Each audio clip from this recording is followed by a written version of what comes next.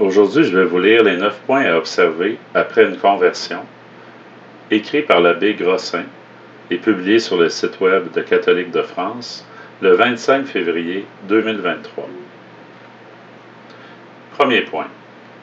Si vous venez d'une chapelle de la Fraternité Saint-Pédis ou d'une paroisse conciliaire, commencez par une profession de foi avec abjuration publique des sociétés non catholiques auxquelles vous avez adhéré publiquement, sociétés religieuses et ou politiques. Si vous avez adhéré publiquement à la Fraternité Saint-Pédis, qui est gallicane, vous devez faire une abjuration publique. Deuxième point. Ensuite, faire éventuellement les compléments de baptême ou le renouvellement du baptême sous condition. 3. Développer la dévotion à l'ange gardien en faisant votre prière du matin et du soir. Demandez un extrait d'acte de baptême à la paroisse où vous avez été baptisé enfant. 4. Recevoir le sacrement de confirmation ou le renouvellement de la confirmation sous condition par un des évêques non unacum avant toute cérémonie de mariage éventuelle. Développer la dévotion à l'archange Saint Gabriel, la force de Dieu, en récitant le chapelet quotidien et l'Angélus 3 fois par jour. 5.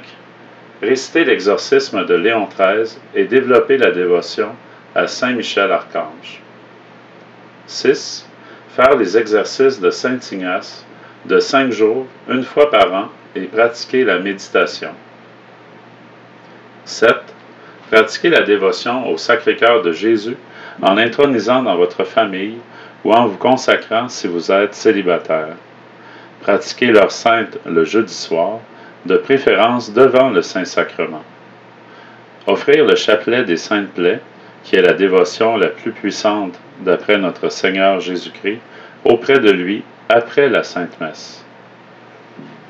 8.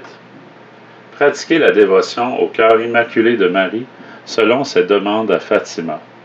Communion, confession, chapelet et méditation d'un quart d'heure sur un mystère du rosaire, 5 premiers samedis du mois de suite. Enfin, consécration personnelle à Notre-Dame. 9e et dernier point. Dévotion à l'archange Saint Raphaël pour le mariage, la guérison des blessures spirituelles et psychologiques, Raphaël étant le médecin de Dieu, sur les questions de santé, pour le choix d'un bon médecin, pour la réparation des péchés des ancêtres, damnés et guérison de l'arbre généalogique. Finalement, la dévotion au chapelet des Saintes Plaies en esprit de réparation.